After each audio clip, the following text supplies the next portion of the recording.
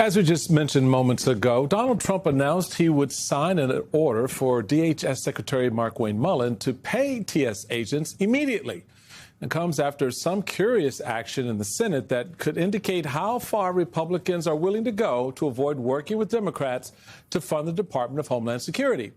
Now, you're looking at a live shot of the Senate floor where a vote to advance partial funding for DHS has been open for over 4 hours. All senators have voted. So, folks, why is this vote being held open?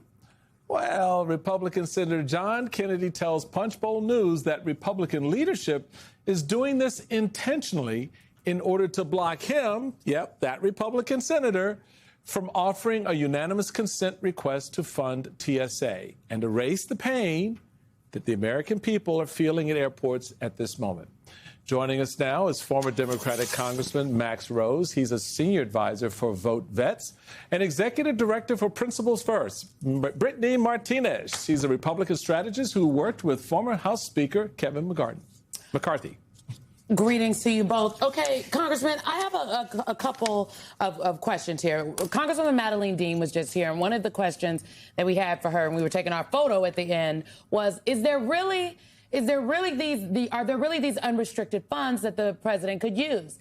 And she said, and she made the point that, frankly, it's like it's taking me back to Schoolhouse Rock. I'm just a bill.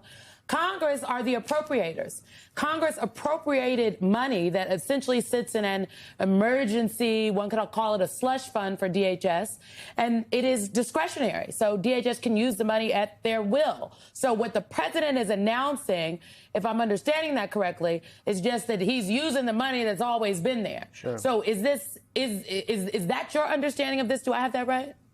Yeah, and I think it's not even the most critical point of this whole conversation for these last few weeks. First of all, ICE has already been funded for 4 years through that big, stupid tax bill that we all want to forget that was passed last year.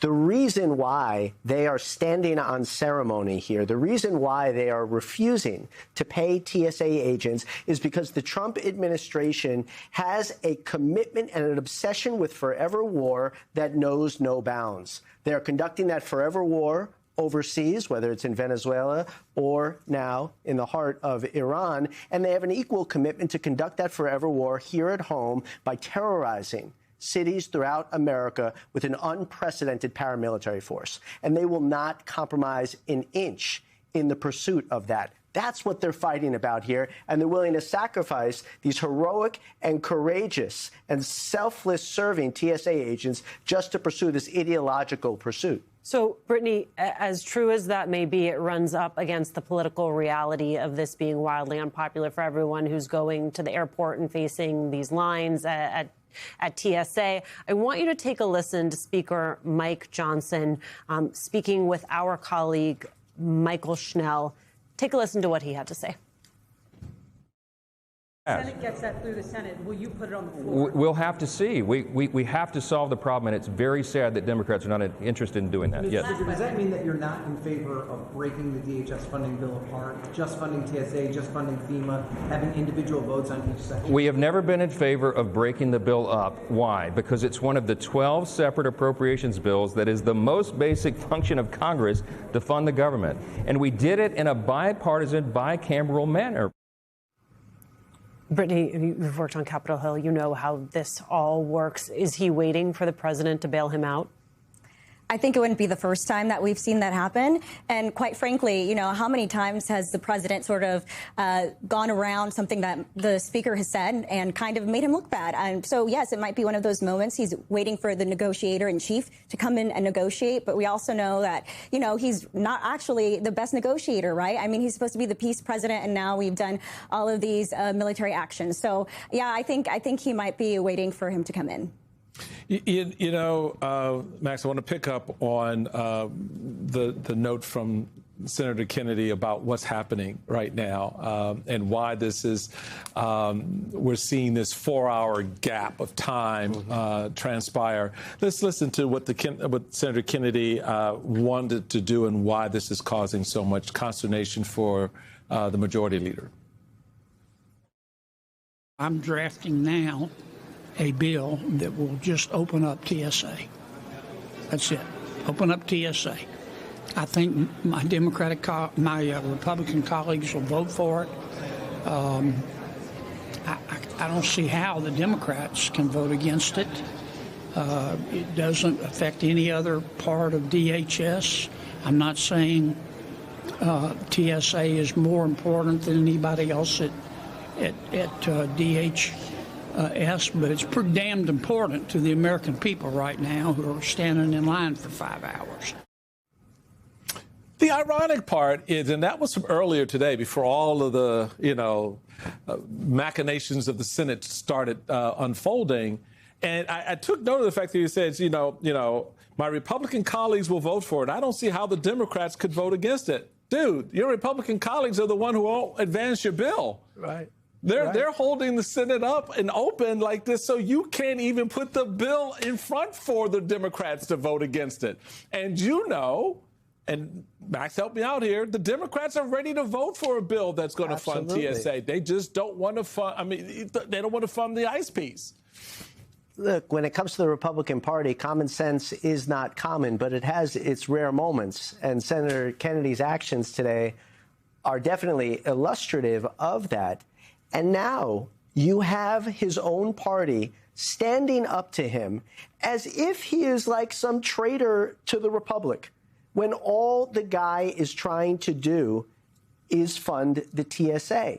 So once again, it shows that in the face of even a slight setback for ICE, that is even at this moment, right? ICE, as I said, funded for years because of egregious actions of the past. But even a slight setback, they will continue to inflict pain on these hardworking Americans. It is beyond sad and tragic. TSA workers have gone, I think, we're 87 days without pay at this point, Brittany. It's also important to note that the president said, and Tom Homan said, they were going to send ICE to the airports to help alleviate the issues that we were seeing. Well, we have MS Now reporting that says ICE deployment has failed to ease the airport security lines. This is a quote. Union officials say the fundamental problem is training. TSA officers require 4 to 6 months of certification before they can screen passengers at checkpoints, a timeline that cannot be compressed. The reality of the situation is the ICE agents are not doing anything at the airport but standing around. They're not alleviating any of the issues. And so the American people that were already pissed off at ICE by snatching up their neighbors, okay, all over the country, some American citizens, some not, okay, but not criminals, who are already like, oh, I don't know about these videos I've seen from ICE. Now they're mad because they're standing in line at the airport, many people missing their flights, and they see ICE just standing around chewing gum, drinking coffee. In full military gear. In full military gear with no masks on, I might add. This feels like an untenable situation. But I just if we could just talk about the politics for a second, as our colleague Eugene Daniels said on our podcast Clock It earlier this week, that came out today, he said, this is bad policy, but it's bad politics. Who is this for? The optics could not be worse. I mean, who is it for? I don't know, but it's certainly not for the American people, right? And I am flying this weekend personally, and I'm not looking forward to that because I think it's going to be a nightmare. And I'm flying back from DFW, and I think that's going to be even more of a nightmare, right? I mean, these are the longest lines that we've seen in history. And it's unfair. The American people deserve for Congress to do their job because what they're holding things up in the Senate or in the House or whatever to be stubborn. You're supposed to be legislating for the American people and doing good things for the American people. So do your job. And you know what? I'm glad that I think it was Delta said, you know what, Congress, you don't get a pass anymore to skip the line. Good. Hold them accountable to the same standards of everybody else. I will note 41 days. I will just note it's 41 days since the current DHS shutdown has lasted. But this fiscal year, they have gone 87 days without pay because, remember, there was a shutdown not a couple months ago. That's it.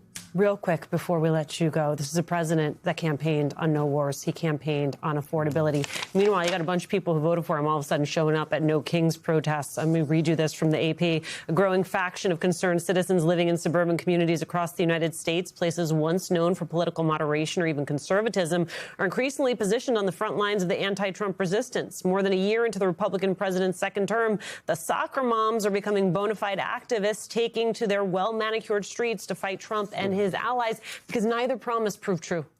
Neither one. And they're interlinked. You know, this is a gigantic middle finger to the American people, and particularly to the folks who voted for Donald Trump. He has ignored the affordability crisis.